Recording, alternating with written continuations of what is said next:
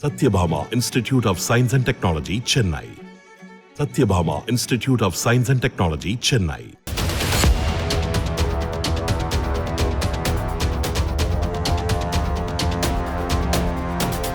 குமுளியில் எதிரே வேகமாக வந்த கார் ஒன்று மோதியதில் இருசக்கர வாகனத்தில் சென்று கொண்டிருந்த ராஜப்பன் என்பவர் தூக்கி வீசப்பட்டு படுகாயமடைந்தார்.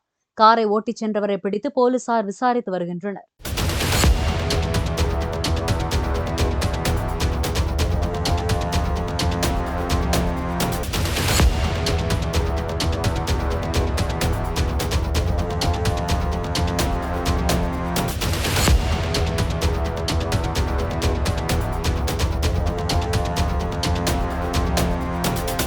Satyabhama Institute of Science and Technology, Chennai. Satyabhama Institute of Science and Technology, Chennai.